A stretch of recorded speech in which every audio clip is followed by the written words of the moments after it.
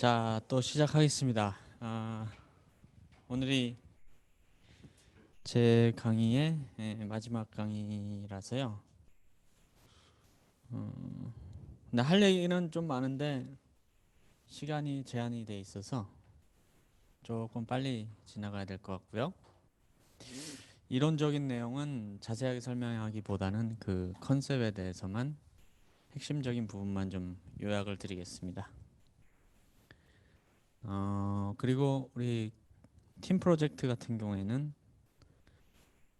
혹시 하시다가 좀 막히는 부분이 있으면은 질문하셔도 좋고요. 그리고 우리 여름 이게 프로젝트 발표가 끝나고 나면은 제가 모범이라고는 할 수는 없지만 예시로 답안을 만든 거를 나중에 올려드릴게요. 예를 들어서 이거는 5번 같은 거거든요. 5번에서 리프로듀스 해보라는 건데 제가 해보니까 30분 정도 이상은 계산을 해야 되더라고요. 이런 걸 포함해 가지고 나중에 제공을 해드릴 테니까요. 한번 자기가 생각해서 이렇게 이건 어떻게 보면 누메리컬한 실험인데 누메리컬한 실험을 한 거랑 한번 비교를 해보세요. 지난 시간에 한 거를 먼저 요약해서 말씀을 드리죠. 지난 시간에는 주로 이 스핀 큐빗이라는 것을 어떻게 컨트롤하는가에 집중해서 얘기를 했습니다. 단일 큐빗 게이트라는 거, 그 다음에 이중 큐빗 게이트라는 걸 만들어야 나중에 그것들을 조합해가지고 내가 원하는 의미의 타임 에볼루션, 즉 양자 계산을 수행할 수 있다 그랬어요. 싱글 큐빅 게이트는 뭘로 만든다? 자기 공명을 일으켜서 만든다. 투 큐빅 게이트를 설명을 좀 시간을 들여서 했단 말이죠. 가장 중요한 점은 우리가 두 개의 큐빗이 있을 때 네 가지 상태가 이렇게 가능할 텐데요. 큐빗의 상태가. 어쨌든 요 양자점, 요 양자점이 인터랙션을 뭔가를 해야 투 큐빅 게이트가 된다. 여기서는 그 인터랙션이 뭐냐면 익스체인지 인터랙션이라고 했어요. 가장 중요하게 여기 세 번째 레벨이 휘어졌다. 그러니까 원래 퍼터베이션이 없을 때에 비해서 뭔가 이렇게 에너지에 변화가 생기는데 그 변화가 생겨야 스테이트 디펜던트한 위상의 어큐뮬레이션이 가능하기 때문에 그거 가지고 투 큐빅 게이트를 만드는 거예요. 투 큐빅 게이트라고 해서 예를 들어 조건부 게이트라고 그랬는데 큐빗 1번의 상태가 0이면 큐빗 2번한테 뭔가를 안 하고 옆에 있는 큐빗이 상태가 1이면 그 옆 타겟이라고 하는 큐빗에 뭔가 조작을 가하는 게이트인데 이거는 오해하시면 안 되는 것이 컨트롤에 해당하는 큐빗의 상태를 내가 본 다음에 내가 타겟한테 할 거냐 말 거냐를 결정하는 게 아니에요. 그런 거는 양자 게이트가 아니야. 뭐 그게 양자 게이트였으면 이미 어려운 점은 다 해결됐겠죠. 보지 않고 어떤 인터랙션을 이용해서 자연적으로 아무도 보지 않는데 그런 일이 일어나도록 만들어야 된다는 거예요. 물리적으로 이 투 큐빅 게이트를 만든다는 것은. 그래서 뭐 이걸 좀 자세히 설명을 했습니다. 이렇게 요약하자면 이렇게 한다.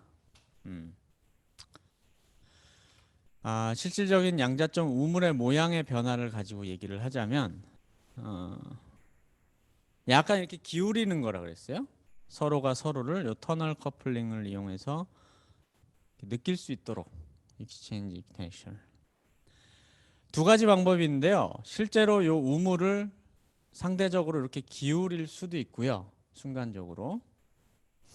아니면 우물의 이 상대적인 높이는 같이 해놓은 다음에 중간에 있는 이 배리어라는 것, 터널 배리어라는 것을 순간적으로 낮췄다가 올릴 수도 있어요. 요즘에는 이 방법을 더 선호해요. 그러니까 모든 게 다 이렇게 시메트릭한 상황에서 하는 거라서 뒤에 얘기하겠지만 노이즈에 좀 더 로버스트 하거든요. 이걸 조금 다른 그림으로 나타내면 이런 겁니다. 우리가 이런 큐빗 두 개가 인터랙션을 하지 않는다는 뜻은 뭐냐면 요 오른쪽이 타겟이라고 그랬어요. 타겟을 0과 0에서 1로 뒤집는 어떤 공명 주파수가 컨트롤이 1이든 아니면 컨트롤이 0이든 동일하다면 오메가 제로로 동일하다면 이거는 두 개의 큐비트가 인터랙션 하지 않는 경우에 해당해요. 그래서 이 경우에는 투 큐빗 게이트라는 걸 만들 수가 없어요. 두 개의 큐빗이 인터랙션 한다는 얘기는 이런 식이에요. 자, 컨트롤이 1이냐 0이냐에 따라서 타겟을 뒤집는 요 주파수 에너지 차이가 달라지는 경우를 얘기를 해요. 그리고 이걸 이용하면 앞에서 얘기했던 그 컨트롤드 페이즈 게이트라고 하는 것은 에디아베틱하게 인터랙션 안 하는 데에서 인터랙션 하는 대로 이렇게 쭉 갔다가 다시 돌아왔을 때 요 상대적인 페이즈 시프트가 스테이트 디펜던트에서 컨트롤드 페이즈 게이트가 되는 것이거든요. 그런데 다른 방법 하나는 일단 인터랙션 하는 영역으로 이렇게 간 다음에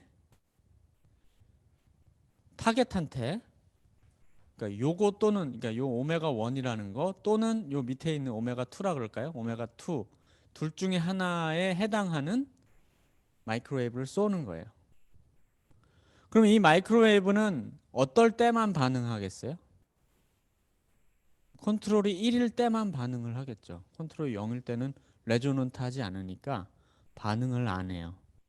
그러니까 타겟을 0에서 1로 뒤집는 것이 컨트롤의 상태가 1일 때만 가능하게 돼요. 이 경우에는. 그럼 이거는 저번 시간에는 컨트롤드 페이즈 게이트라는 것을 얘기를 했는데요. 컨트롤이 0이면 타겟의 베이시스 상태 간의 위상을 플러스로 유지하고 컨트롤이 1이면 타겟의 베이시스 상태 간의 페이즈를 마이너스로 뒤집는 그런 게이트인데 여기서 얘기하는 것은 컨트롤드 not 게이트라 그래가지고요. 컨트롤이 0이면 타겟을 안 뒤집고 아무 일도 하지 않고 컨트롤이 1이면 타겟을 뒤집는 오퍼레이션을 가한다. 네. 실제로 이런 식으로 실험이 되어 있습니다. 파란색이 뭐냐면 컨트롤이 0일 때 타겟한테 뭔가 요 게이트를 가했을 때 타겟의 변화예요. 확률의 변화. 변화가 없죠. 아무 일도 안 하는 거예요. 빨간색이 뭐냐면은 컨트롤이 1일 때 타겟한테 요런 주파수의 어떤 마이크로웨이브를 가한 그 결과예요. 라비 오실레이션을 하죠. 이 경우에만. 그러니까 빨간색 중에서도 요 미니멈이 맥시멈이 되는 요만큼의 길이의 마이크로웨이브를 딱 가하면 되는 것이죠. 그게 컨트롤드 not 게이트가 되는 거예요. 여기까지 해가지고 그 큐빗 각각의 큐빗을 어떻게 중첩을 막 바꾸냐 이런 게이트.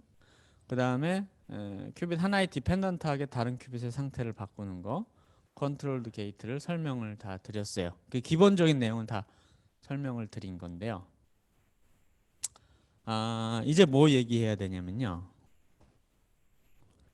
이런 큐빗을 실제로 어떤 재료를 가지고 만들 거냐 이 얘기를 좀 해볼게요. 여기까지 뭐 질문 있습니까? 저번 시간 포함해서. 네.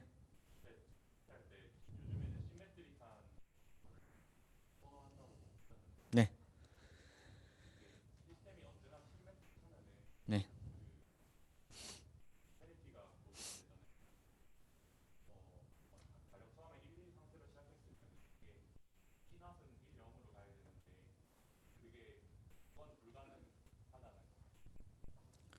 시낫은 1, 0으로 간다고요? 네네. 네. 아 근데 여기서 시메트릭하다는 얘기는 제가요. 요 에너지의 위치, 그러니까 우물의 요 상대적인 깊이가 시메트릭하다는 얘기예요.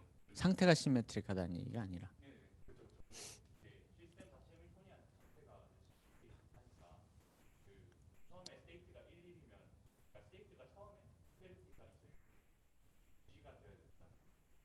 아니요, 그거랑 상관없어요. 네, 네. 그러니까 그리고 여기서의 해밀토니안이라는 것은 이런 공간적인 분포에 대한 해밀토니안이 아니에요. 스핀 상태에 대한 해밀토니안이지 그냥. 우리가 고려하고 있는 거는. 네. 그러니까 제가 지금 얘기하고 있는 공간상에서의 어떤 위치에 대한 에너지의 그 시메트리를 얘기하는 것이지 스핀 상태의 시메트리를 얘기하는 게 아니에요 지금.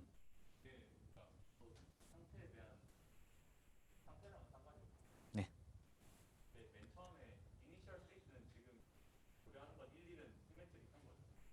네. 페리티가 있어요. 네. 페리티가 플러스예요. 네. 아니요, 그렇지 않아요.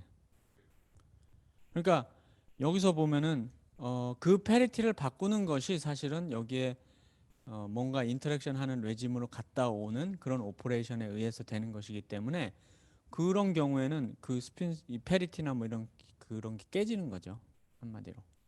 그러니까 지금 페리티가 있는 상태를 얘기하는 것은 인터랙션 하지 않는 경우를 지금 얘기를 하는 것이고요. 우리가 결국 투 큐빅 게이트라는 걸 하는 것은 순간적으로 갔다가 그러니까 인터랙션 하는 거. 그러니까 페리티가 깨진 상태로 갔다가 오거나 아니면 아예 그런 게 없는 상태로 가가지고 뭔가 오퍼레이션을 하거나 이런 걸 지금 얘기를 하고 있는 거예요. 네? 또 질문 있으실까요?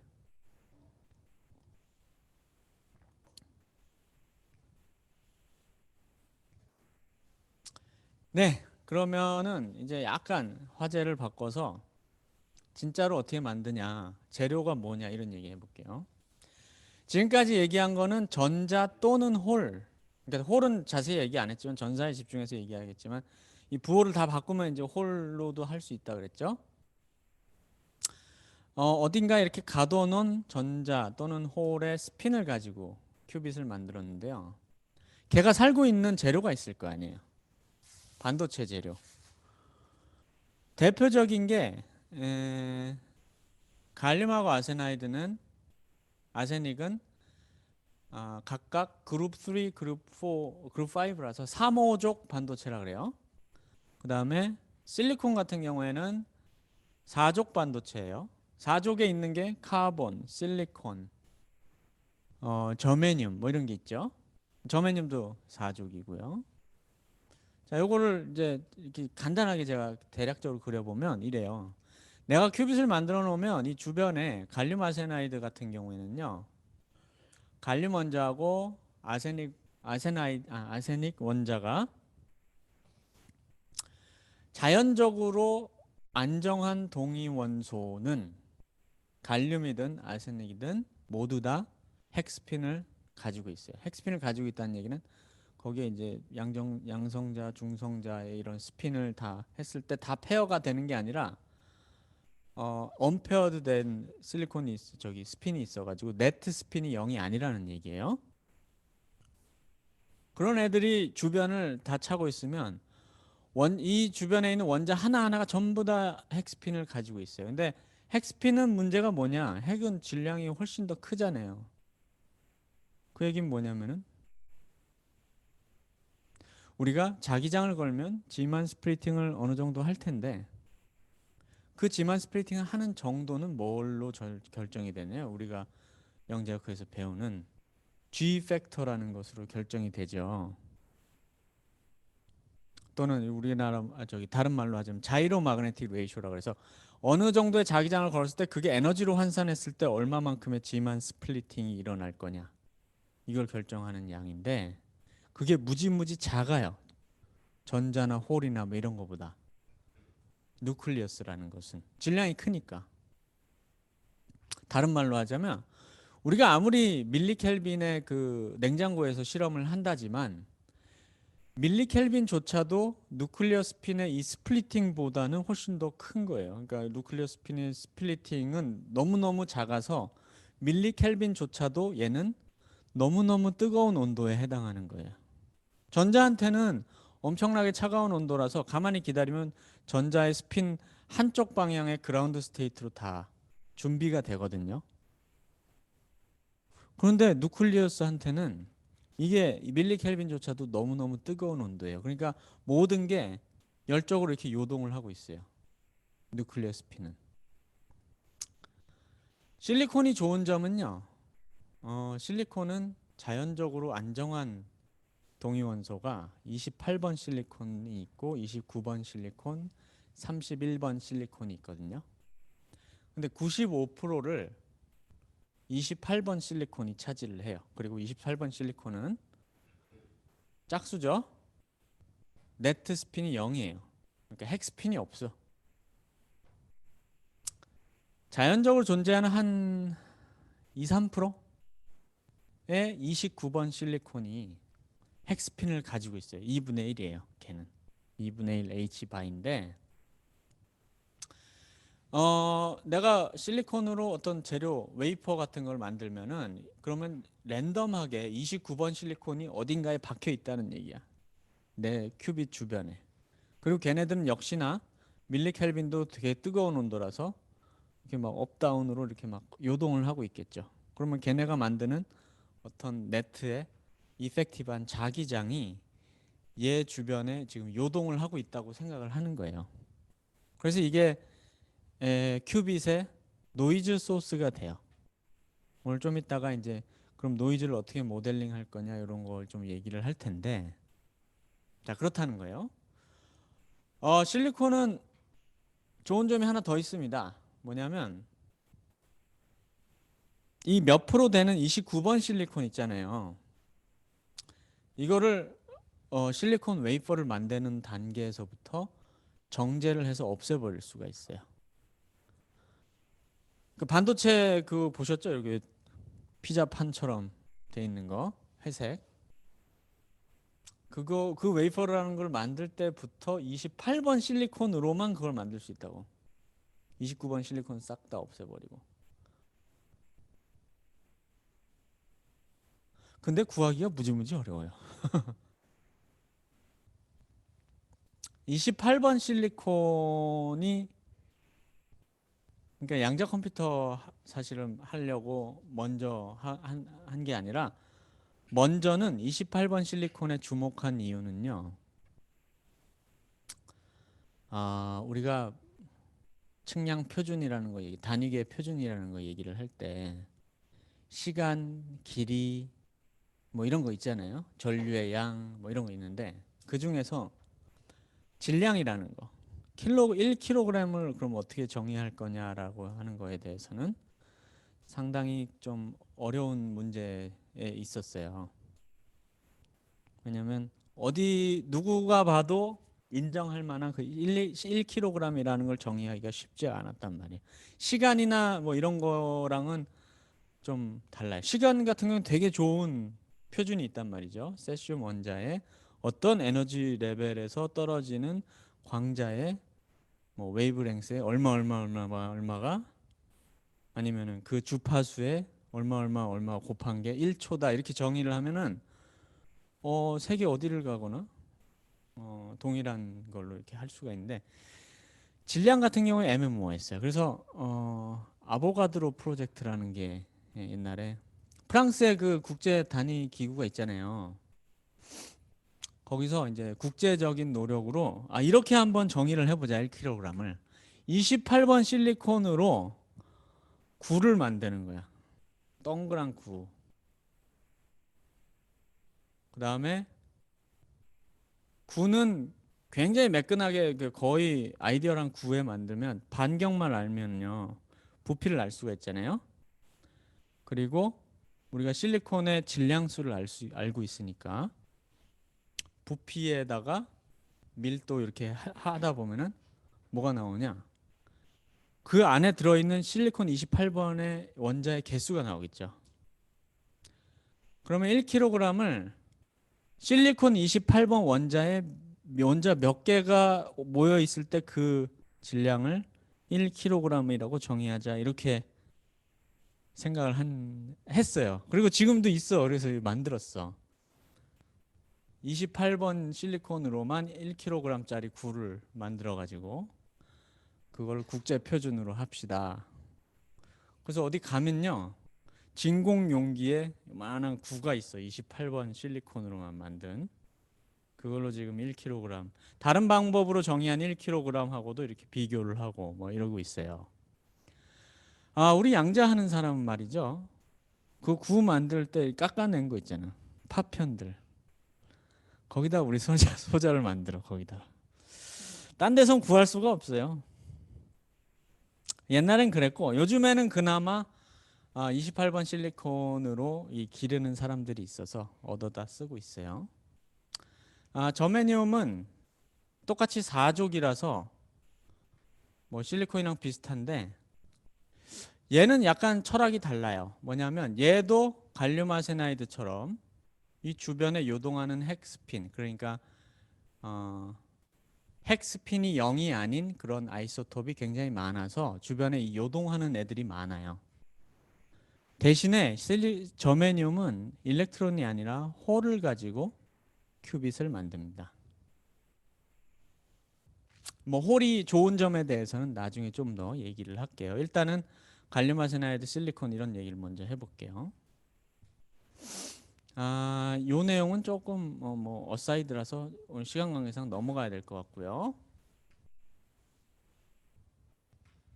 아니다, 완전히 넘어가기보다는 핵심만 설명드릴게요. 이 그림 생각나나요? 이 그림 생소할 수도 있는데 사실은 우리 앞에서 그린 그림이거든. 싱글렛, 트리플렛, 스플릿 이렇게 있고 원래는 이쪽에도 4개, 이쪽에도 4개가 이렇게 양쪽으로 이렇게 만나는데 그 중에서 트리플렛 플러스하고 트리플렛 마이너스를 싹 무시한 거예요. 그러면 이렇게 그림이 그려지거든요. 그 중에서 여기가 싱글렛이고요. 파란색이. 그 다음에 보라색이 트리플렛 제로예요. 트리플렛 플러스하고 트리플렛 마이너스를 무시하고. 그러면 요 2개의 선, 2개의 브랜치를 가지고 우리가 다시 큐빗으로 씁시다. 전자 한 개의 스핀 업 다운을 큐빗으로 하는 게 아니고요. 2개 입자의 스핀 상태 중에 싱글렛하고 트리플렛 제로를 내가 큐빗에 0, 1로 씁시다. 이렇게 할 수도 있어요. 그러니까 이거는 요 앞에 앞장으로 가면은 요 위에서 제가 가장 간단하게 얘기한 요런 다운업 스핀 큐빗 이게 아니고 여기 양자점 2개가 스핀 큐빗 1개가 되는 거예요. 그렇게 되는 싱글렛과 트리플렛 제로를 0과 1로 쓰는 큐빗이 또 됩니다. 이런 걸 뭐라 그러냐면요. 인코디드 스핀 큐빗이라 그래요. 그러니까 0, 1이라는 그 베이시스 상태를 그러니까 가장 캐노니컬한 뭐 다운 업 다운 아니면 뭐 차지로 따지면 왼쪽 오른쪽 이런 걸로 한 게 아니라 약간은 좀 원래는 힐버트 스페이스가 더 큰데 그 중에 서브 스페이스를 내가 큐빗으로 쓰는 이런 큐빗을 얘기해요. 근데 자세한 거는 제가 그렇게 얘기를 안 해도 될 것 같아요. 뭐 이거 뭐 애니메이션도 준비하고 했는데 그런데 재료 얘기하던 거로 돌아가서 얘기를 하자면 만약에 그 싱글 스핀 큐빗이든 투 일렉트론 싱글렛 트리플렛 큐빗이든 갈륨 아세나이드에서 뭔가 이런 오실레이션 실험을 하잖아요. 그러니까 이게 갈륨 아세나이드의 문제예요. 여기 시간에 대해서 뭐 라비 오실레이션 같은 걸 내가 보는데 확률인데요, 이게 다운 업 다운 이게 미니멈 왔다 갔다 오실레이션을 하는데 어떤 실험 한 번 한 다음에 그 실험을 또 하잖아요. 그러면 이 주파수가 약간 달라. 여러 번 한 거를 여기다 다 겹쳐놨어요. 주파수가 다르니까 맨 처음 오실레이션이야 뭐 약간 비슷하게 보인다 하더라도 뒤에 가면 이거 완전 중구난방이죠. 주파수가 다르니까. 만약에 내가 어떤 실험을 하는데 이 큐빗의 주파수가 자꾸 요동을 하고 있어. 그리고 이 요동하는 거는 결국에 내가 만든 큐빗 주변에 요동을 주는 그런 핵스핀이 많기 때문에 그런 거예요. 걔네들이 이렇게 막 전체적으로 요동을 하고 있단 말이죠. 이렇게 막 요동을 하는데 내가 그 얼마나 요동을 하는지 전혀 모른다고 쳐봐요. 그리고 모든 거가 다 에버리지 되도록 이런 실험들을 다 에버리지 다 했다고 해봐. 그럼 어떻게 되겠어? 이렇게밖에 안 되겠지. 이게 오늘 강의를 하는 좀 주안점 중에 하나인 디코이런스라고 하는 것이에요. 제가 큐빗 얘기할 때 좀 시간을 들여서 전달하고 싶다는 그 내용이 뭐였냐면은 코이런스를 유지해야 된다 그랬어요. 코이런스가 뭐라고?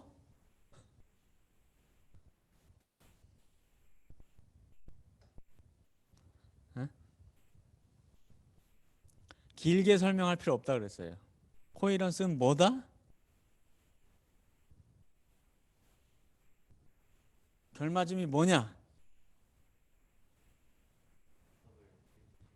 네. 간섭을 보일 수 있는 능력. 간단하게 대답하면 돼요. 간섭을 보일 수 있는 능력을 유지해야 된다 그랬는데 이렇게 이 오실레이션 다 죽어버리는 이게 뭐냐면 디코이런스. 이게 더 이상 간섭을 보일 수가 없어요. 이 상태로 이렇게 가버리면. 그리고 그게 이 블럭스피어에서 보면은 여기 원점 길이가 전혀 없는 블럭 벡터로 그냥 가는 거에 해당한다 그랬죠. 그리고 그거야말로 완전히 랜덤인 거예요. 관련해서 좋은 점이 하나는 있긴 있습니다. 근데 이렇게 요동하는 것을 내가 맨 처음부터 이렇게만 볼 수 있었다 그러면은 얘는 코헤런스 타임 되게 짧네요. 뭐 한 10몇 나노세컨드밖에 안 되네요. 라고 하고 더 이상 할 방법이 없어요. 그런데 갈륨 아세나이드의 그나마 다행인 점은 뭐냐면요.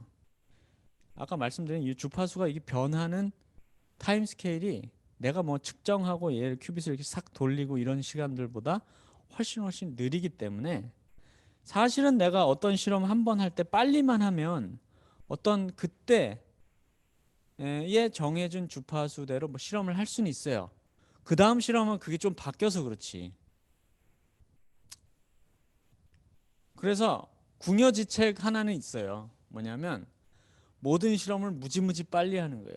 그래서 그때그때마다 큐빗의 프리퀀시가 뭔지를 알고 그 큐빗의 프리퀀시가 변하기 전에 뭔가 실험을 잠깐 하고 그 다음 실험할 때는 또 큐빗 실험 그때의 큐빗 주파수를 알아낸 다음에 그거에 맞는 실험을 잠깐 하고 이렇게 하는 방법이 있긴 있어요.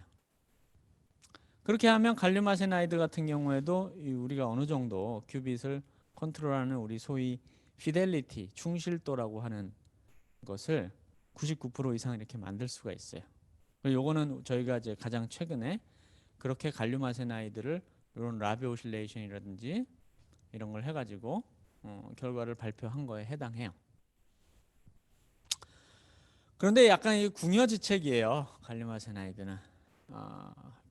큐빗 하나는 이 정도 한다고 치지만 큐빗 한 10개만 대봐. 각각의 큐빗이 지금 요동 막 하고 있는데 어떤 한순간에 큐빗 10개의 주파수를 다 알아내고 그거에 맞는 컨트롤로서 큐빗 10개를 컨트롤을 아주 잠깐만 하고 또 다시 또 알아내고 이러면은 이제 뭐 큐빗의 개수 늘어날 때마다 이 오버헤드라는 거 있잖아요. 추가적으로 들어야 되는 리소스가 너무 크단 말이에요. 결국에는 이 재료가 좋은 게 훨씬 더 좋겠지, 당연히. 그래서 실리콘이 요즘 각광을 받고 있는 거거든요. 그 큐빗한테 요동을 주는 그런 요소들을 아주 많이 제거를 할 수가 있으니까. 자, 근데 실리콘은 좀 다른 면에서 또 갈륨 아세나이드랑은 달리 재료적인 어떤 이슈가 있습니다. 스핀한테 요동을 주는 게 거의 없는 것은 아주 좋은 점인데요. 고질적인 이슈는 여기 단어로 나와 있는데요. 벨리라는 게 있어요. 우리 벨리라는 말 들어본 적 있는 사람 있어요? 조금 설명을 해야 되겠어요. 고체 물리에서 우리 밴드 이론 배우면은 밴드 갭이라는 게 이렇게 컨덕션 밴드의 미니멈과 밸런스 밴드의 맥시멈 사이의 차이를 얘기해요. 예, 그 상태가 존재할 수 없는 저런 갭이 있다 그랬어요. 그래서 얘는 인슐레이터 또는 반도체라고 하는 것인데 이 모멘텀에서 말이죠. 모멘텀 스페이스에서 이 미니멈과 맥시멈이 같은 모멘텀을 가지라는 법이 없어요. 갈륨 아세나이드는 이 면에서는 좋은 점은 뭐냐면요. 걔는 이 맥시멈과 미니멈이 같은 모멘텀, 여기 감마 포인트에서 나타나요. 저메늄도 그렇고. 그래서 이렇게 같은 데서 나타나는 것을 다이렉트 밴드 갭의 재료다 이렇게 얘기를 합니다. 그리고 다이렉트 밴드 갭은 좋은 점이 뭐냐면 요 위에서 아래로 이렇게 뚝 떨어지면서 뭔가 광자 같은 걸 내보내는 광학 소자로 이 반도체를 이용할 때 좋아요. 왜냐하면 빛이 많이 나오거든. 이렇게 떨어지면서 그게 대부분 빛으로 가지 다른 일이 많이 발생 안 하거든. 근데 실리콘은 이게 같은 데 있질 않아요. 그래서 얘는 인다이렉트 밴드갭이라고 밴드갭 재료라고 해요. 그리고 이런 애들은 광학 그러니까 빛을 내보내는 소자 같은데 이용이 많이 안 돼요. 왜냐하면 여기서 이렇게 떨어질 때 포톤으로 내보내는 것보다는 요만큼의 운동량 차이에 해당하는 뭔가 포논으로 가서 열로 돼버린다든지 이런 일이 많이 발생하기 때문에 그러는데요. 자, 그게 이제 배경 설명이었는데 이렇게 인다이렉트 밴드갭이라는 특성 때문에 요 미니멈을 내가 K 스페이스의 3차원에 그려보면요. 여기선 지금 여기 하나만 그렸지만 요걸 3차원상으로 그리면은 6개의 이런 영역이 존재하고요. 컨덕션 밴드의 미니멈. 이 컨덕션 밴드의 미니멈이 모여 있는 요런 것들 6개를 뭐라 그러냐면요. 밸리라 그래요. 디제너리트예요. 에너지는 같은데 컨덕션 밴드에서 에너지가 같게 지금 뭔가 전류를 흘릴 수는 있는데 운동량이 다른 거야. K 값이 달라. 그러니까 엄밀히 얘기하면 다른 양자 상태죠. 그죠?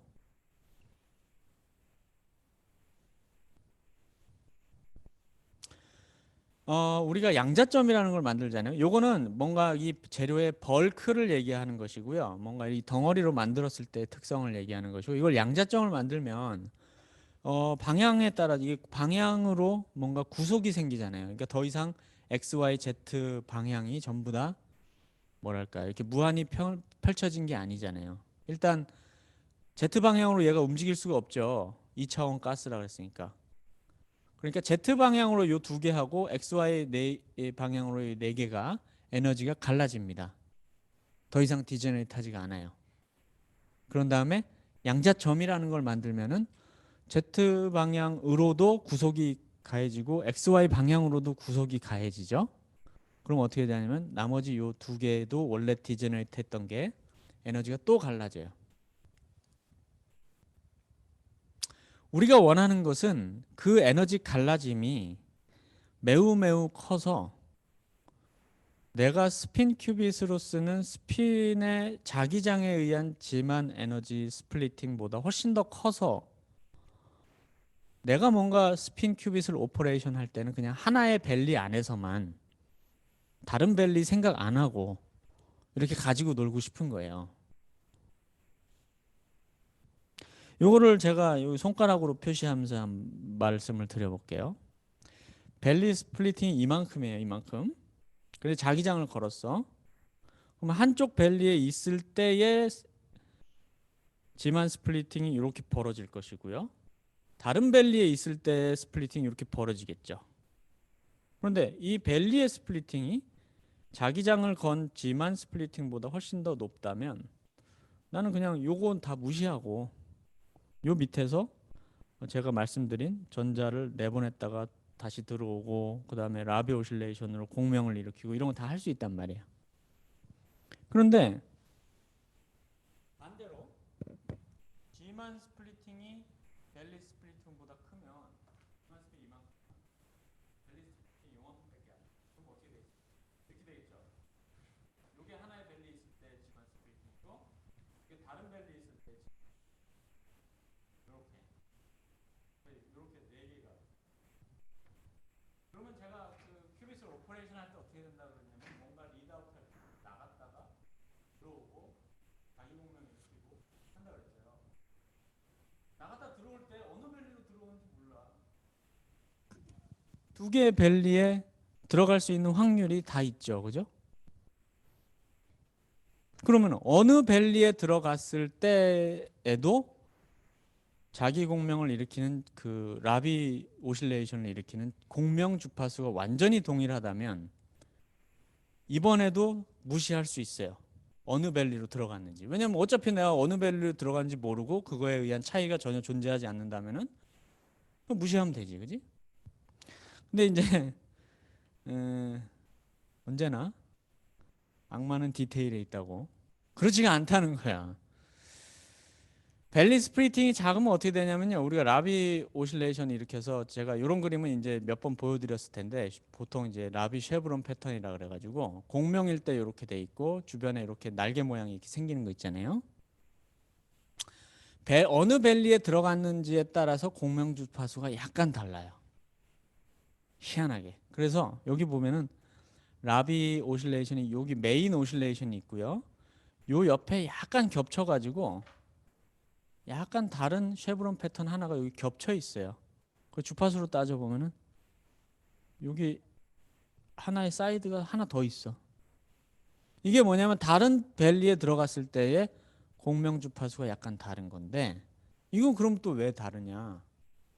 이 물질에는 언제나 스핀 오빅 커플링이라는 게 있어요. 스핀 오빅 인터랙션이라는 게 있는데 실리콘은 뭐 그 양이 굉장히 작긴 하지만 완전히 무시는 못하고 스핀 오빅 커플링이 있으면은 밸리하고 스핀하고 또 커플을 해요. 밸리의 자유도 하고 스핀의 자유도가 커플을 해서 어느 밸리에 들어갔는지에 따라서 지만 스플리팅이 약간 달라 또. 완전히 동일하면 뭐 이것도 무시하겠는데 말이야. 자, 그래서 실리콘은 이 밸리 스플리팅을 굉장히 키워야 된다는 이 재료적인 이슈가 있어요.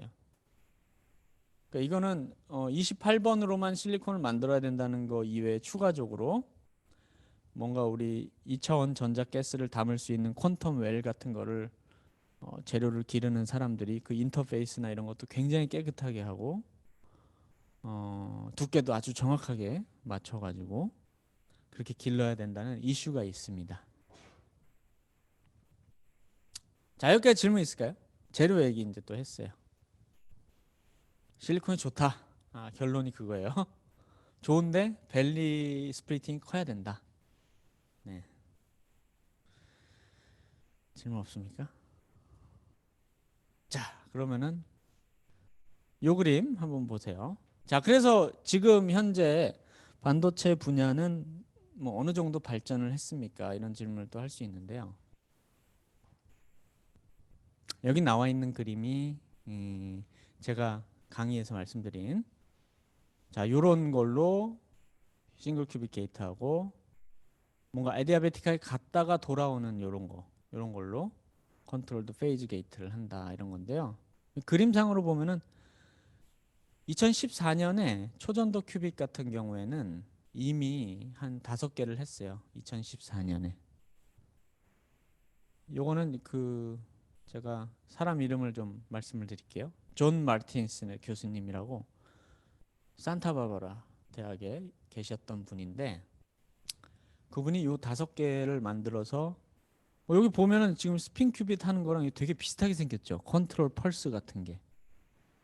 그리고 사실은 되게 비슷하게 생겼는데요. 여담으로 얘기하자면 그분이 이거 한 5개를 해서 이 5개를 다 인탱글 하는 실험을 2014년에 한 거거든요. 이거 가지고 구글에 간 거야, 이 사람이. 구글에 가가지고 테크놀로지 톡을 하면서 우리가 진짜 시리어스하게 이제 한번 양자 컴퓨터라는 거를 하드웨어를 만들어 볼 단계에 있습니다라고 발표를 하게 됐고요. 이런 결과로. 그리고 2014년, 2015년 뭐 이렇게 됐을 때 IBM, 구글 이런 데서 본격적으로 뛰어들게 된 그런 계기가 된 어떻게 보면 기념비적인 논문이에요. 이게 요약 간단히 말씀드리자면요. 반도체 스핀 큐빗이라는 건 한 이 정도 단계에 있어요. 2022년 현재 지금 가장 잘하는 그룹이 여기는 양자점 그러니까 큐빗이 6개짜리거든요. 그래서 여기 6개 각각의 라비 오실레이션 아주 예쁘게 나오고 요 각각의 페어 간 1, 2번, 2, 3번, 3, 4번 이렇게 간 투큐빅 게이트가 가능해요. 이 실험에서는 6개를 모두 다 인탱글 하진 못했어요. 한 3개 정도. 그러니까 대신에 3개라도 1, 2, 3, 2, 3, 4, 3, 4, 5, 4, 5, 6 간에 각각을 이렇게 3개 큐빗 정도를 인탱글은 할 수 있어요. 대신에 3개 정도만 인탱글 해도 피델리티라는 게 한 70 몇 프로에서 80% 정도밖에 안 되기 때문에 더 이상 인탱글은 못하는 상태고요. 당연히 발전할 게 아직 많죠. 근데 이런 정도의 실험이 요즘 잘 나가는 초전도 이온 트랩 같은 걸로 비유해서 얘기하자면 걔네들은 이미 한 8년 정도 전에 되었던 실험 정도 수준이다. 그렇게 말씀을 드릴 수가 있어요. 자, 또 여담으로 요런 실험을 한 분, 요 분야의 히어로에 해당하는 분이 리벤 벤더사이펜 교수님이라고 하는데요. 네덜란드에 있는 그 델프트 대학에 인텔에서 투자를 받아서 큐텍이라는 연구소를 세웠는데요. 거기에 소장님이에요. 재밌게도 이분은 우리 학생들 그런 얘기 들어본 적 있는지 모르겠어요.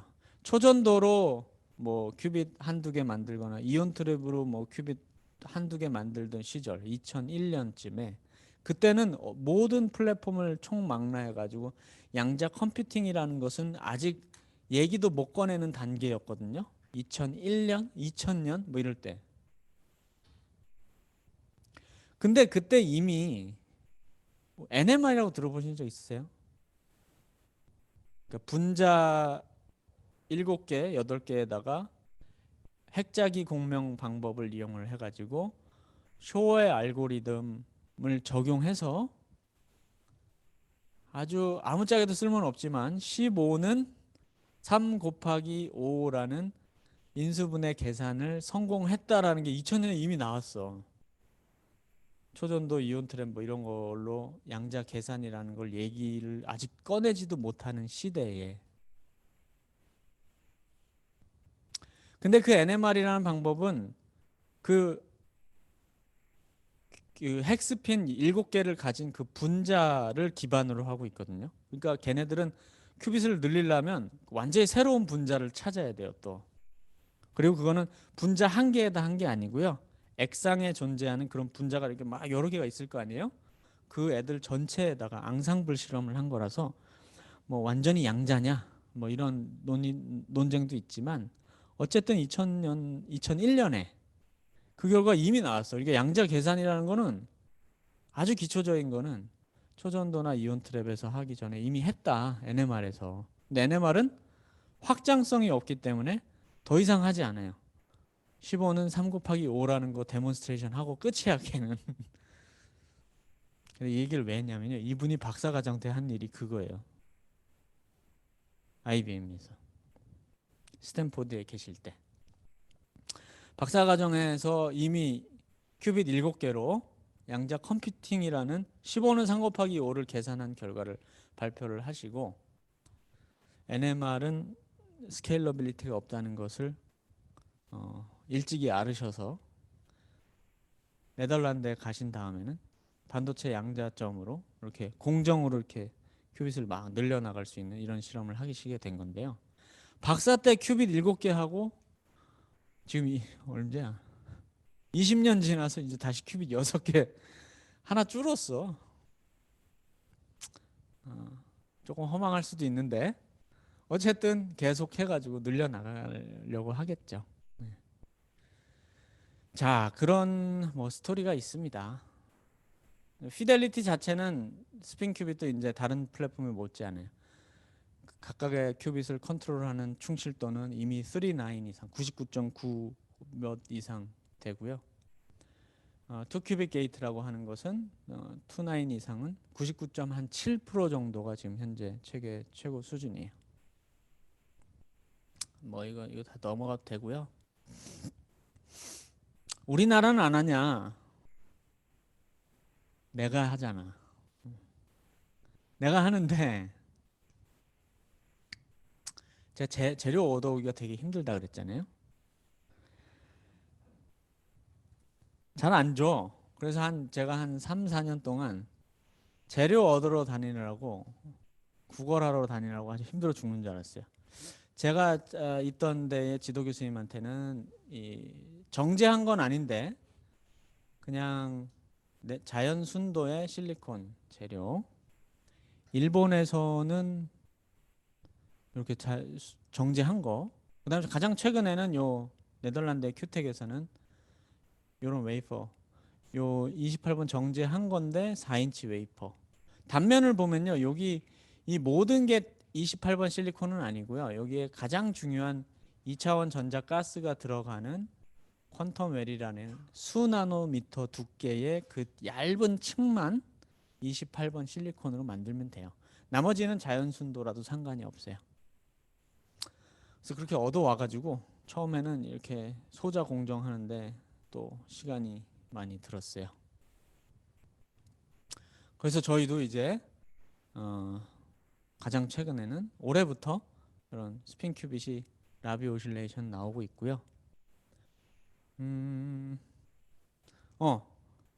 이 벨리 스플리팅이라는 거 제가 커야 된다 그랬잖아요. 그러면은 어떤 재료 받아왔어요. 큰지 안 큰지 어떻게 알겠느냐? 이거는 이 양자점 실험은 좋은 게 뭐냐면요. 이 재료가 가진 에너지 스케일에 대한 정보를 다 얻어내는 방법이 있거든요. 제가 뭐 첫 시간에 차지 센싱이니 뭐 자세히 설명을 드렸는데 중요한 점 하나는 뭐냐면 이 양자점에 붙어 있는 에너지를 바꾸는 어떤 게이트 전압을 이렇게 바꾸다 보면 그 양자점에서 전자의 개수가 예를 들어서 여기 두 개의 영역에서 1영역, 한 개 영역으로 바뀔 때가 있는데 그거에 따라서 내가 가진 센서의 어떤 신호가 스텝으로 딱 뛰거나 아니면 딱 내려가거나 한다 그랬어요. 그죠? 그런데 그 내려가는 위치를 자기장을 걸면서 재잖아요. 이 위치라고 하는 것은 뭘 얘기하는 거냐면요. 제가 첫 시간에 언제 바깥으로 양자점이 있던 전자 한 개가 n번째 전자가 나간다 그랬어요. 나가거나 들어오는 일이 생긴다 그랬어요. 얘 붙어 있는 거는 페르미 레벨을 가지고 있는 레저버라 그랬어요. 그럼 그 레저버의 케미컬 포텐셜하고 이 양자점 안에 있는 케미컬 포텐셜이 동일할 때 그 나간다 그랬죠. 나가거나 들어오는 일이 발생한다 그랬어요. 케미컬 포텐셜이란 건 뭐죠? 일렉트로케미컬 포텐셜의 정의. 케미컬 포텐셜은 에너지인가?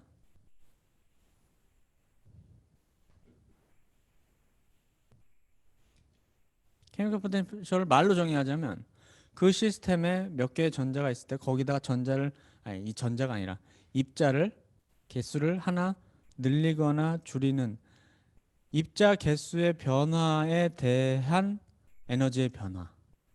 그게 케미컬 포텐셜의 정의예요. 그러니까 DEDN이지. 여기 두 개 전자가 한 개 전자로 되는 이 위치는 그러면 언제 일어나냐? 두 개일 때의 케미컬 포텐셜이 페르미 레벨과 비슷할 때 이런 일이 발생을 하는 거예요. 근데 두 개 전자의 케미컬 포텐셜이란 건 뭐냐면 한 개 전자가 있을 때의 에너지와 두 개 전자 있을 때 에너지의 차이 나누기 한 개 전자만큼의 변화량. 그게 DEDN이잖아. 지금 얘기하는. 그게 케미컬 포텐셜이거란 말이에요. 전자가 한 개 있을 때 자기장을 걸면 전자 한 개 있어요. 어떻게 되죠? 스핀 다운과 스핀 업이 에너지가 지만 스플리팅으로 갈라지죠. 전자가 두 개 있을 때 에너지는 기본적으로 자기장이 없어도 싱글렛하고 트리플렛이 에너지 차이가 싱글렛 트리플렛만큼 있어요. 그런데 거기다가 자기장을 걸면 싱글렛은 반응합니까? 스핀이 0이잖아. 반응 안 하고 트리플렛 제로도 반응 안 해요. 대신에 트리플렛 플러스와 트리플렛 마이너스는 스핀이 1이죠. 그러니까 전자 한 개 있을 때 지만 스플리팅의 기울기 2배로 갈라지겠죠, 이렇게. 그런데 제가 지금 얘기하는 케미컬 포텐셜은 무엇을 얘기하느냐? 전자 한 개 있을 때에도 그라운드 스테이트, 익사이트 말고 그라운드 스테이트와 전자 두 개 있을 때 그라운드 스테이트는 자기장 여기까지는 싱글렛인데 여기서부터는 트리플렛 마이너스가 전자 두 개일 때의 그라운드 스테이트죠. 어쨌든 어떤 자기장에서 전자 한 개에 있을 때의 그라운드 스테이트와 그 자기장에서 전자 두 개 있을 때 그라운드 스테이트의 차이, 그게 뭐냐? 요만큼 면적이에요. 이 면적을 사실은 요 위치가 재는 거예요. 그러니까 이 위치를 자기장에 대해서 재면 어떻게 나오냐면요. 바로 요 면적에서 나타나는 요 에너지 스플리팅대로 올라가다가 내려가는 모양이 여기서 나와요. 이렇게. 그럼 이렇게 올라가다가 내려가는 그 변곡점, 거기가 바로 요 싱글렛 트리플렛 스플리팅만큼의 에너지에 해당하는 자기장을 내가 걸어줬을 때의 점이죠, 여기가.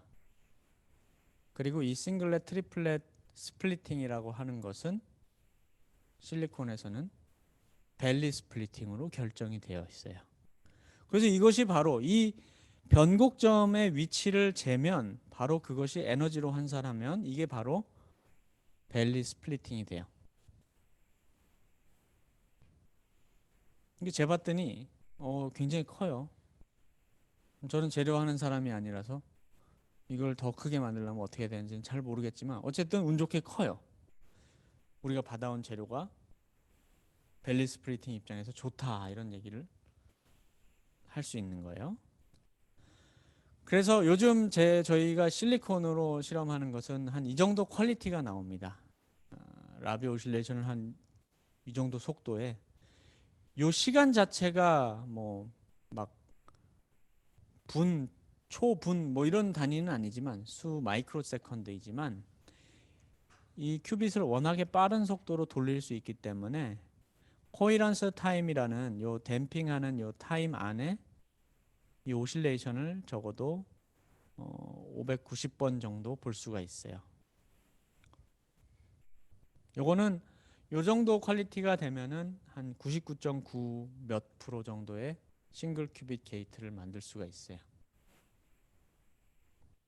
뭐 자세한 얘기는 또 나중에 하고 또 요런 거를 만드는 이 소자 모양은 제가 아마 요거 확대하는 줌하는 그 애니메이션은 보여드렸던 것 같은데 그거를 사진으로 다시 보여드리면 뭐 이렇게 생겼어요.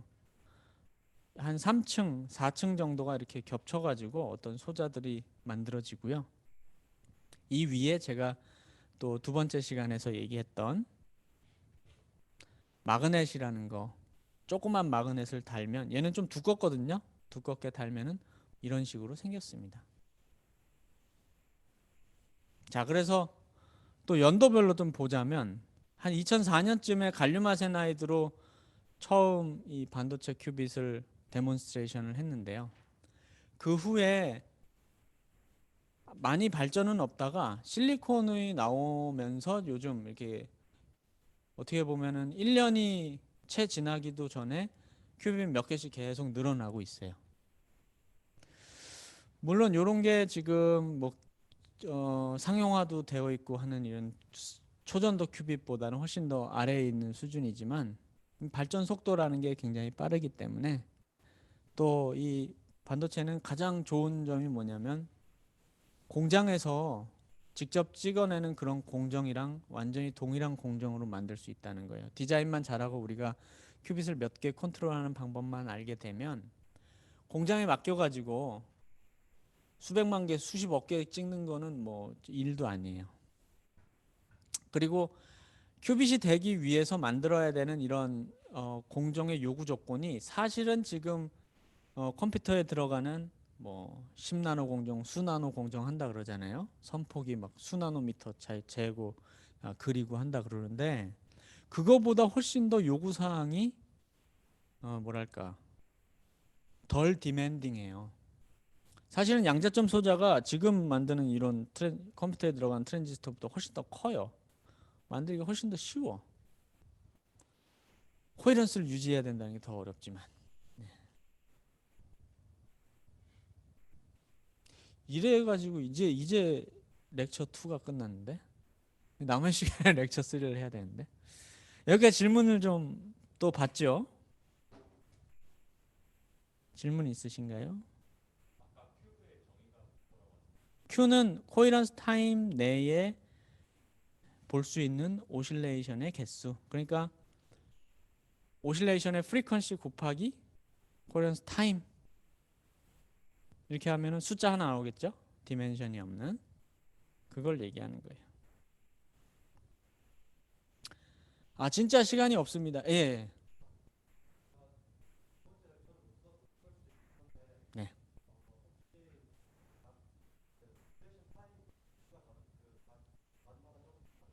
갈륨 아세나이드요. 네네. 그게 이제 내가 큐빗을 만들면 갈륨 아세나이드는 특히나 모든 원자, 갈륨, 그다음에 아세닉 원자들이 누클리어 스핀을 0이 아닌 누클리어 스핀을 다 가지고 있는데 걔네들이 요동을 하고 있어서 그런 거예요. 그럼 걔네들이 집합적으로 어떤 이펙티브하게 집합적인 마그네틱 필드의 요동을 만들어내기 때문에 그래요. 네. 네. 시간이 별로 없으니까 핵심만 전달을 좀 하도록 하겠습니다. 원래 세 번째 강의의 목적은 뭐냐면 이런 기본적인 컨트롤 방법을 확장해서 그러면은 좀 아까 두 번째 시간에 얘기했던 6개 큐빗 컨트롤하는 거는 어떻게 되는 거냐. 그리고 거기서 얘기했던 디코이런스라는 걸 우리가 조금 학문적으로 어떻게 요즘 이해하는 방법이 있느냐.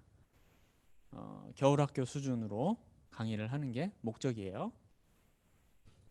그런데 그 디코이런스라는 걸 먼저 얘기를 하겠습니다. 디코이런스라는 거는 예를 들어서 내가 갈륨 아세나이드에서 얘가 프리퀀시가 바뀌고 있다고 했는데 내가 그때그때 얘의 프리퀀시를 아주 가장 정확하게 그러니까 아이디얼하게 정확하게 오차 없이 그리고 오퍼레이션이라는 것도 순간적으로 그 프리퀀시가 변하기 전에 할 수 있다면 디코이런스라는 건 있을까요? 그 오실레이션이 감쇄할까?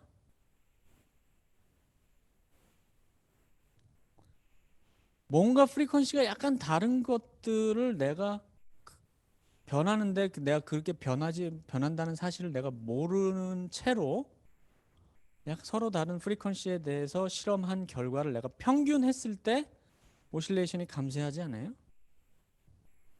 그 오실레이션 한계 있잖아.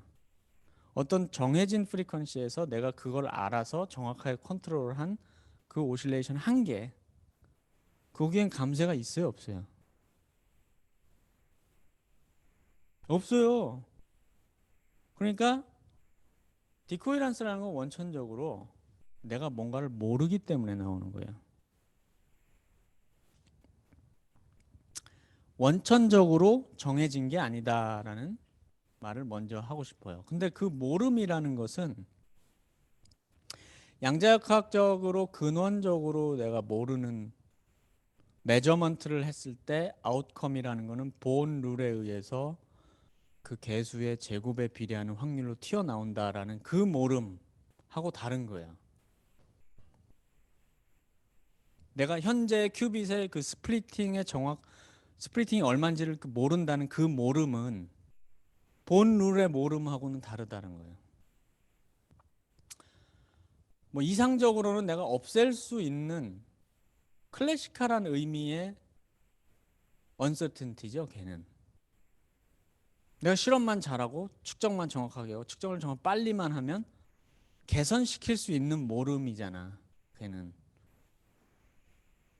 우리가 이런 것을 디코이런스라는 것을 모델링할 때는 가장 중요한 점은 뭐냐면 더 이상 우리가 양자역학에서 얘기하는 스테이트라고 하는 것을 힐버트 스페이스에서 사는 벡터다라고 생각을 하는 것을 개념을 버려야 해요. 왜냐하면 그 벡터다라고 하는 것은 언제나 코이런트한 슈퍼포지션으로서의 상태만 얘기를 하기 때문에. 그러니까 우리가 모델링 해야 되는 건요, 내가 개선시킬 수 있거나 아니면 또 클래시컬하게 뭔가를 잘해서 없앨 수 있는 클래시컬한 모름까지를 더해가지고 그것까지 합쳐서 내가 어떤 일반적인 상태를 쓸 수가 있어야 돼요. 그리고 그렇게 쓸 수 있는 툴이 덴시티 매트릭스예요. 아주 익숙한 학생들한테 제가 뭐랄까 그냥 반복되는 얘기를 하는 걸 수도 있겠지만, 이 덴시티 매트릭스는 어떠한 코일한 슈퍼포지션으로서의 양자 상태가 있을 수 있는데, 어떤 양자 상태가 말이죠. 그런데 어떠한 i번째 양자 상태가 어디에 있는지 내가 약간 모를 때 그 모르는 확률을 곱해가지고 웨이트 해가지고 다 더한 걸 의미해요. 만약에 내가 이 중에 어떤 양자 상태에 있다는 것을 100% 안다면 걔가 뭐랄까요? 우리가 흔히 이제 그냥 학부 수준의 양자역학에서 배우는 그냥 스테이트 캣에 해당하는 것이죠. 그리고 그럴 때를 퓨어한 상태다 이렇게 얘기를 합니다. 그것을 제외한 클래시컬한 언서튼티가 존재하는 그런 상태일 때는 보통 믹스된 상태다 이렇게 얘기를 하고요. 이 퓨리티라는 것이 완전히 없는, 더 이상 내가 어떤 상태에 있는지 진짜로 완전히 랜덤하게 몰라서 코이런스가 다 사라진 거는 completely 믹스된 상태다 이렇게 얘기를 합니다. 우리가 이 디코이런스라는 걸 그래서 모델링 할 때는 언제나 덴시티 매트릭스를 가지고 노는데요. 이거는 관점에서 보자면 우리가 학부 수준에서 배우는, 또는 이제 코이런스가 항상 유지되면서 유니터리 에볼루션만 하는 클로즈된 양자계를 다루는 것과는 달리, 내가 관심 있는 시스템과 그 다음에 주변 환경의 커플링까지를 생각하는 오픈 시스템 다이내믹스에 해당을 해요. 그리고 이 오픈 시스템에서 일어나는 일을 모델링해야 내 양자 상태가 이 디코이런스라는 게 자꾸 점점 없어지는 거, 뭐 이런 거를 모델링을 할 수가 있는 것이죠. 그리고 거기서 상태를 기술하는 거는 이런 캣이 아니라 덴시티 매트릭스다. 그러면은 다이내믹스를 말하는 것도 슈레딩거 방정식에 해당하는 뭔가가 있어야겠네. 덴시티 매트릭스가 변하는 거를 표현하는 방정식이. 우리가 클로즈된 시스템에서는 덴시티 매트릭스 써봤자 얘랑 다른 게 없다 그랬죠. 그래도 굳이 얘로 슈레딩거 방정식 대신에 얘가 타임 이볼브 하는 걸 써보자면 클로즈된 시스템은 이렇게 생겼어요. 뭔가 하이젠버그 이퀘이션처럼 비슷하게 생겼는데, 자 얘를 이제 오픈 시스템에서 다이내믹스를 기술하는 마스터 이퀘이션이라는 것을 쓰면 요 뒤에다가 뭘 이렇게 붙여요.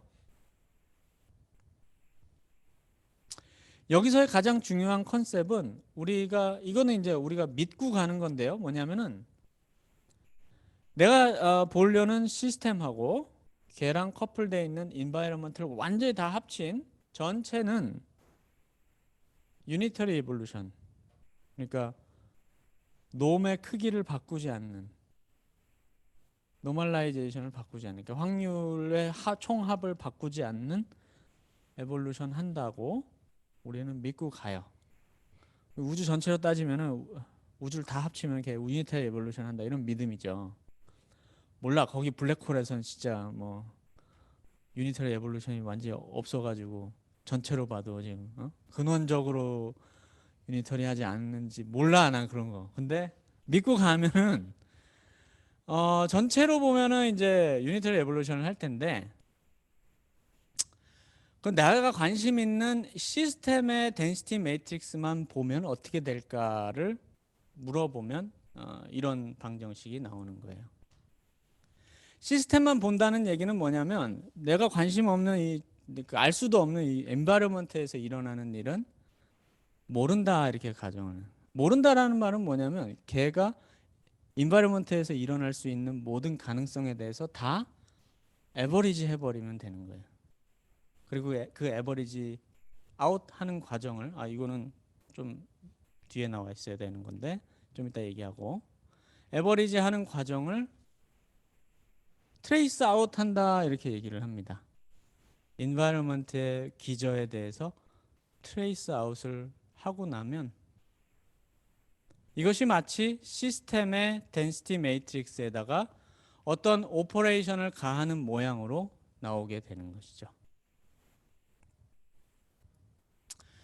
우리가 양자역학에서 클로즈된 시스템에서 유니터리 에볼루션을 한다 이렇게 얘기를 하는데, 클로즈드 시스템을 떠나서 오픈 시스템을까지를 다 합쳐서 양자역학에서 얼라우 할 수 있는 가장 일반적인 에볼루션이 그럼 유니터리 에볼루션이냐 이렇게 얘기를 하면 그건 아니라는 거예요.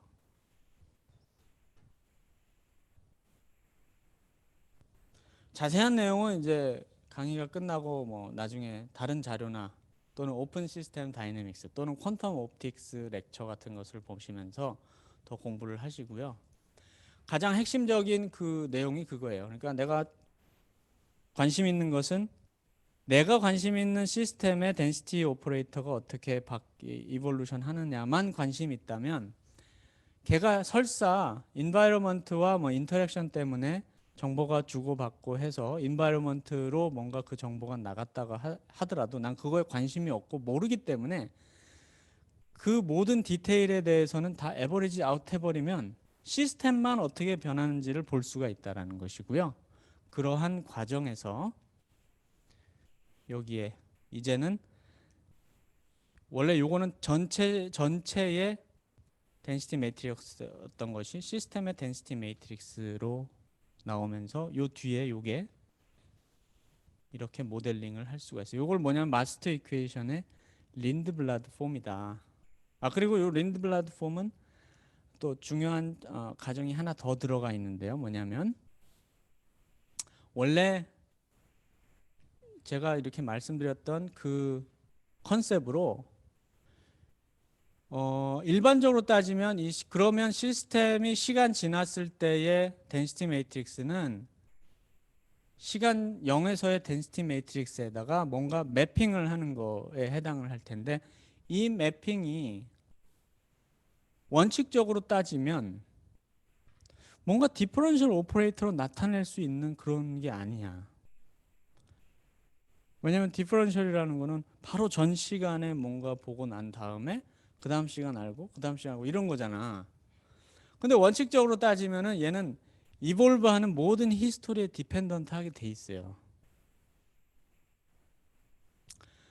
그래서 가장 넣는 중요한 가정이 여기다. 메모리가 없다. 이전 시간에 일어난 일에 대해서 메모리가 없다는 마르코프 어프로크시메이션을 하고 나면 아까 같이 그런 린드블라드 폼으로 쓰는 게 가능해요. 그래서 이론적인 내용을 제가 자세히 설명하기보다는 이런 방정식을 토대로 해서 얘를 이제 미분 방정식을 푸는데 요 린드블라드 오퍼레이터라는 거, 다른 말로 하면은 점프 오퍼레이터라고 하는데, 이 점프 오퍼레이터에다가 뭐 넣어보는 거야, 이 오퍼레이터를. 그래서 시간에 따라서 이 코헤런스가 이렇게 싹 사라지는 이런 모양을 내가 모델링 해보자. 근데 이거 원칙적으로 따지면요, 그러니까 테크니컬하게 따지면 이 마이크로스코픽한 어떤 시오리나 뭐 제일 원리가 있어서 이 린드블라드 폼이 뭐가 돼야 된다는 거를 말해주는 건 아니에요. 얘가 이런 마스터 이퀘이션이 있으니까 여기 린드블라드 폼에다가 내가 아무거나 넣어보는 거야 그냥. 그리고 서로 다른 린드블라드 폼 다른 걸 집어넣어도 그 디코헤런스가 감쇄하는 모양이 똑같이 나올 수 있어요. 왜냐면 결국 나는 그 디테일이나 이런 걸 모르기 때문에 그런 것이죠. 자, 여기다 넣는 이 린드블라드 폼의 가장 대표적인 게 제가 갈륨 아세나이드 같은 거 얘기할 때 말씀드렸던 요 전장에 있는 거 퓨어 디페이징이라고 하는 것이에요. 여기다가는 린드블라드 폼에다 뭘 넣냐면요, 뭐 이런 모양을 넣거든요. 얘가 모델하는 것은 갈륨 아세나이드에서 나오는 상황하고 비슷해요. 주변에 어떤 이펙티브한 누클레어 스핀들이 만드는 자기장의 요동 때문에 큐빗의 스플리팅이 자꾸 이렇게 변하고 있어. 근데 그런 걸 모델링하면 요런 퓨어 디페이징에 해당하는, 요거는 익스포넨셜하게 이렇게 감쇄를 하면서 코헤런스가 사라지는, 자, 이런 그림을 그릴 수가 있어요. 두 번째로 많이 넣는 것은 릴렉세이션이죠. 에너지 릴렉세이션. 요거는 익사이트 스테이트에 있다가 에너지 이렇게 방출한 다음에 뚝 떨어지는 뭐 이런 걸 나타내게 되겠죠. 자, 이런 거 두 가지 대표적인 것만 말씀을 드렸는데 이 두 가지가 있으면요, 당연히 코헤런스 타임이라는 게 무한대가 아니죠. 제한이 있단 말이에요. 그러면 토탈 코헤런스 타임 또는 디코헤런스 레이트라고 하는 요 값은요, 에너지가 릴렉세이션 하는 T1 타임이라는 거 하고요, 그리고 좀 전에 얘기했던 퓨어 디페이징 타임에 둘 다 관여가 되어 있어요. 그러니까 하나만 좋다고 해서 이게 늘어날 수 있는 건 아니고 사실은 이 둘 다 좋아져야 되죠. 근데 실험적으로 관련되어 있는 여담을 하나 여기서 말씀을 드릴게요. 뭐냐면 제가 스핀 큐빗 강의를 그 갈륨 아세나이드, 실리콘 이런 그 재료 비교하고 할 때 대부분 얘기한 게 에너지 플럭추에이션 이것만 얘기했어요. 디페이징 이런 것만 얘기했는데 익사이트 스테이트에 있다가 뚝 떨어지는 이런 거 별로 거의 얘기한 적이 없어요, 저는. 그건 왜 그러냐면요, 요 시간이 요 T1 시간이라는 것이 스핀 큐빗 같은 이런 실험 또는 이거는 이온 트랩이나 거의 원자 비슷한 것들로 실제 큐빗을 만드는 그런 분야들 있잖아요. 다이아몬드 NV 센터, 중성 원자 이런 거, 이런 분야에서는 이 T1 시간이 언제나 거의 대부분 이 디페이징 타임이라는 것보다 훨씬 더 길어요.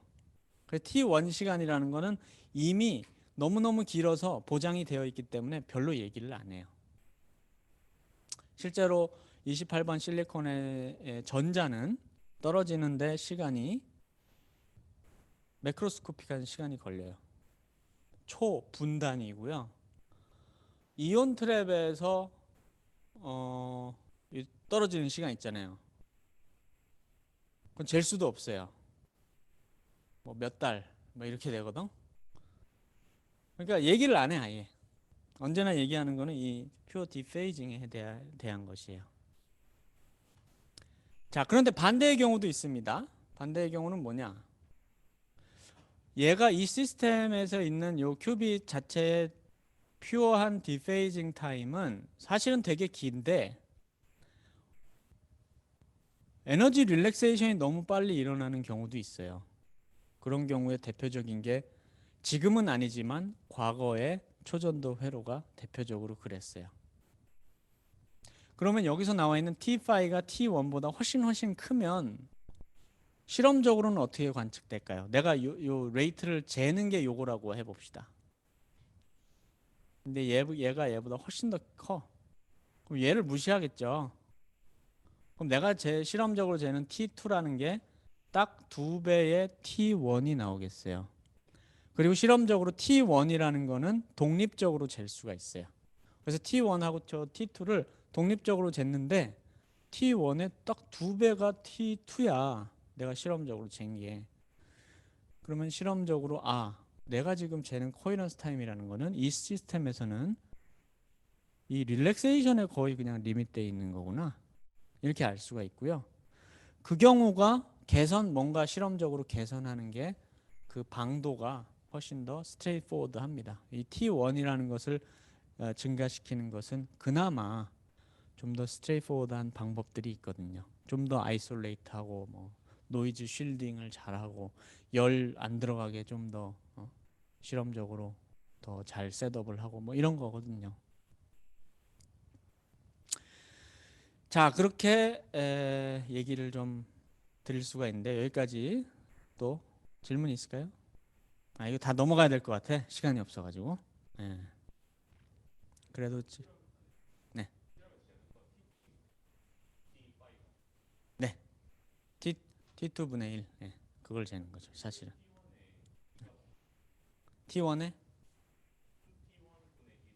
예, 좋은 질문인데요. 요거는 이제 그 블락 벡터의 랭스가 작아지는 그 정도를, 그러니까 그 T2는 이 없어지는 양상이 원점을 향해서 이렇게 계속 가잖아요. 근데 T1은 뭐랄까 그라운드 스테이트로 계속 보내는 거잖아요. 그거를 제가 지금 상식적인 이 말로 일상 용어로 설명하는 용어가 좀 부족해서 그런데 그 어떻게 보면 지오메트리라 그래야 되나? 그걸 생각을 해보면 이가 붙는다는 것을 알 수가 있어요. 우리가 블록 이퀘이션 같은 걸 생각을 해보면. 네. 또 질문 있을까요? 네. CPTP는 Completely Positive Trace Preserving이라는 말의 약자거든요. 트레이스 프리저빙은 우리 유니터리 에볼루션에서 놈이 안 바뀌는 그걸 생각하시면 되는 것이고요. 우리가 흔히 파지티브 맵이라는 것은 뭐라고 얘기하죠?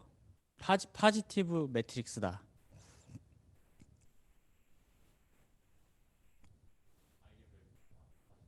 그렇게 얘기할 수도 있고 어떤 매트릭스의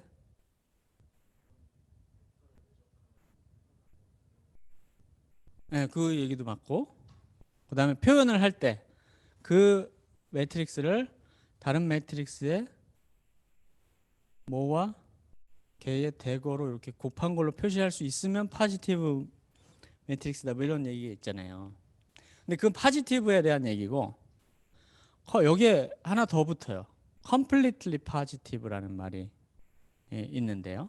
그러니까 양자역학에서 allow하는 타임 에볼루션의 일반적인 형태로서 그래서 이제 CPTP를 이렇게 만족을 해야 된다 그랬는데 그럼 completely positive는 뭐냐? 우리가 일단 시스템과 인바이러먼트의 합으로서 타임 이볼브를 할 때 당연히 파지티브 맵이 돼야 되는데 시스템하고 인바이러먼트가 만약에 인터랙션 전혀 없어요. 그러니까 아예 따로 떨어뜨려서 생각을 할 수 있어. 그러면 그 경우에는 시스템만 보더라도 그냥 파지티브 맵으로 가야겠죠. 그러니까 더 큰 시스템에 인베디된 시스템을 봤을 때 그게 파지티브로 가야 된다라는 조건이 completely positive한 조건이다 이렇게 얘기를 합니다. 네. 그래서 그냥 어떤 시스템 하나만 봤을 때 파지티브한 걸로는 보다는 좀 더 스트롱한 조건이에요. 네. 네. 네. 이게 그 아까 뭐 그 마스터 이퀘이션은 그거에 대해서 싹 다 트레이스 아웃을 이미 한 거예요. 그러니까 그 트레이스를 하는 과정에서 내가 그 인바이러먼트에서 일어나는 걸 어떤 모델링은 하죠. 그 인바이러먼트의 베이시스 그 인바이러먼트 상태를 예를 들어서 뭐 포톤이 있는 뭐 넘버 스테이트들의 베이시스로 내가 표현을 해서 뭐 트레이스 아웃을 하겠다 이런 과정은 있는데 그 마스터 이퀘이션 자체는 그걸 다 하고 난 이후의 폼이에요. 그러니까 그런 걸 넣지 않기 때문에 또 그러니까 마지막 나중에 모델 그래서 모델링이라고 하는 것이거든요. 그런 걸 안 넣고 나는 그런 모든 효과를 다 퉁친 린드블라드 폼을 내 마음대로 넣어보겠다 이런 거라는 말이에요. 그게 진짜로 물리적으로 일어나는 일하고 별로 상관없는 오퍼레이터도 그냥 막 집어넣어요. 감세 곡선 그 모양만 이렇게 맞춰보겠다 이런 의도를 가지고 있는 것이죠.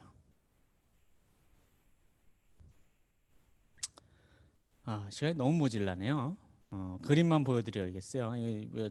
자세한 건 다 집어치우고 두 번째 강의에서 그런 디코이런스나 이런 게 있는 상황에서 요 6개 큐빗이 있는 스핀 큐빗을 잘 컨트롤한 게 가장 최근의 결과라고 말씀을 드렸는데 오퍼레이션을 다 설명드릴 수는 없고요.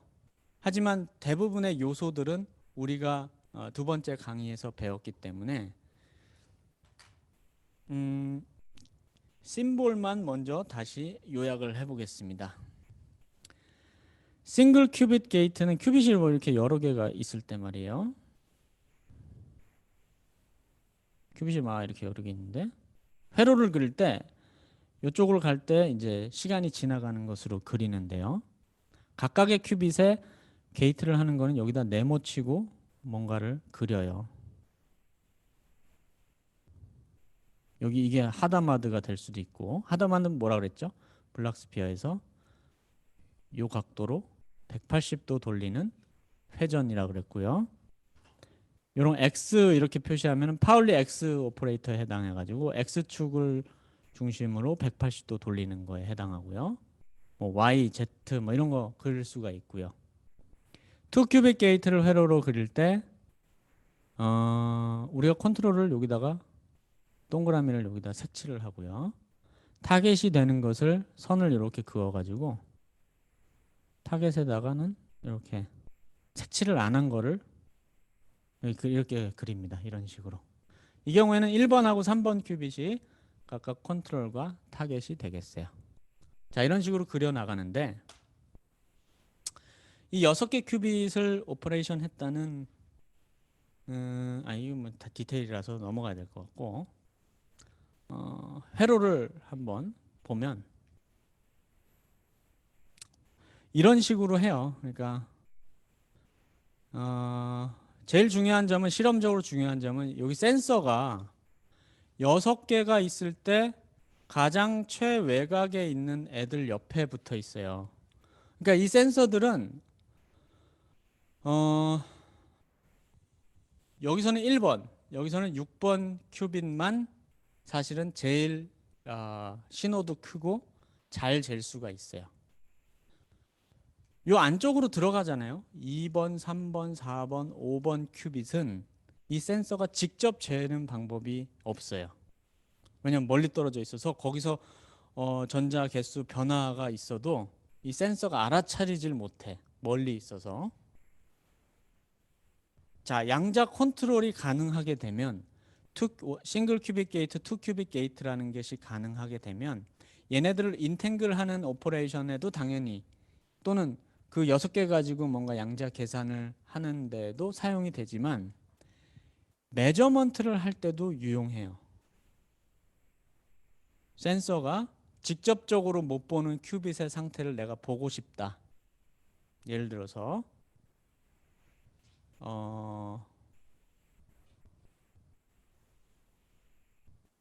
뭐라 그럴까? 여기다 그림 그리는 게 낫겠어요. 시간이 없어서.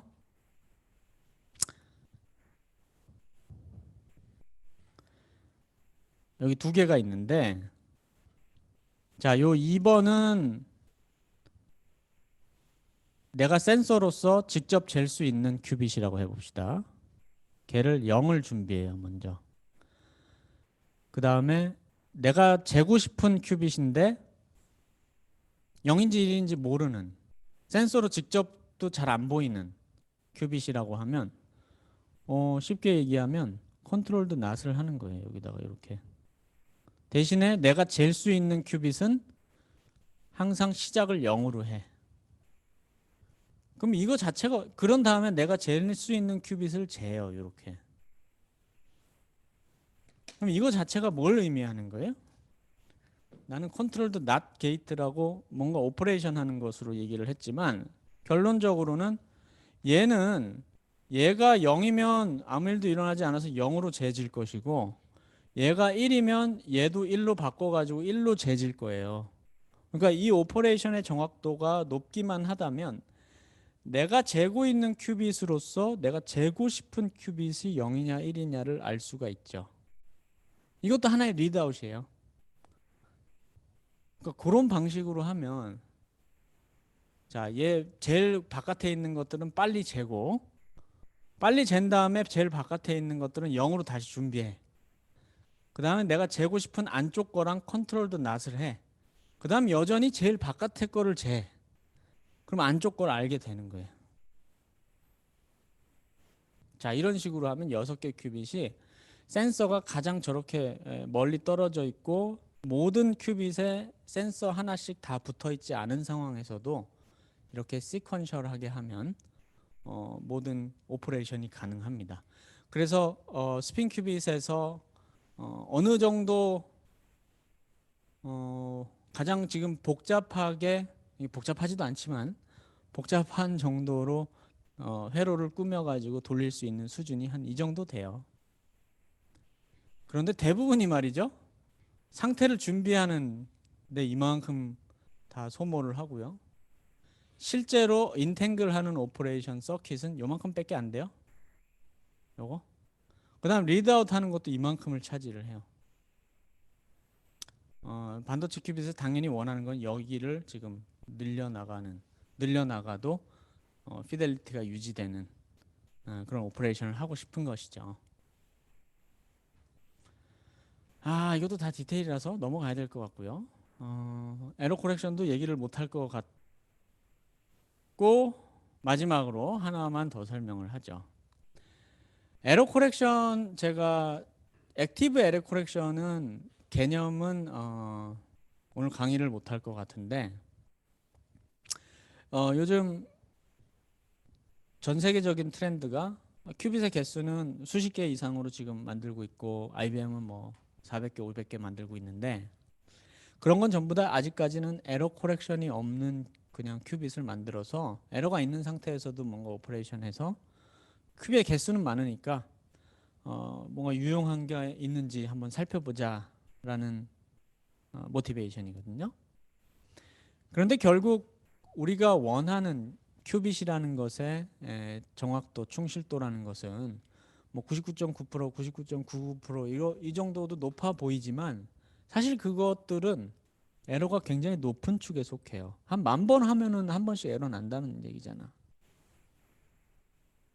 우리 클래시컬한 컴퓨터 안에 들어있는 이런 논리 오류율이 10의 마이너스 17승, 18승이거든. 수십 조 경번 해도 에러 한 번 날까 말까야. 그거에 비해서는 너무 턱없이 높은 에러율이에요. 그리고 그거 가지고는 큐빗의 개수를 아무리 늘려봤자 뭐 슈퍼컴퓨터가 못하는 인수분해라든지 암호 해독이라든지 이런 거는 못해요. 애초에. 클래시컬한 컴퓨터의 오류율 정도 수준 아니면은 뭐 적어도 10의 마이너스 한 7승, 8승, 한 100만 번, 1000만 번 정도 하면 한 번 에러 일어나는 정도. 그 정도는 가야 실용적인 양자 계산을 얘기할 수 있는데 이런 물리적인 큐비트를 하나 만들어 가지고는 그거 자체가 에러율이 막 10의 마이너스 8승이다 이렇게 만드는 거는 아마 죽었다 깨나도 못할 것 같아요, 사람이.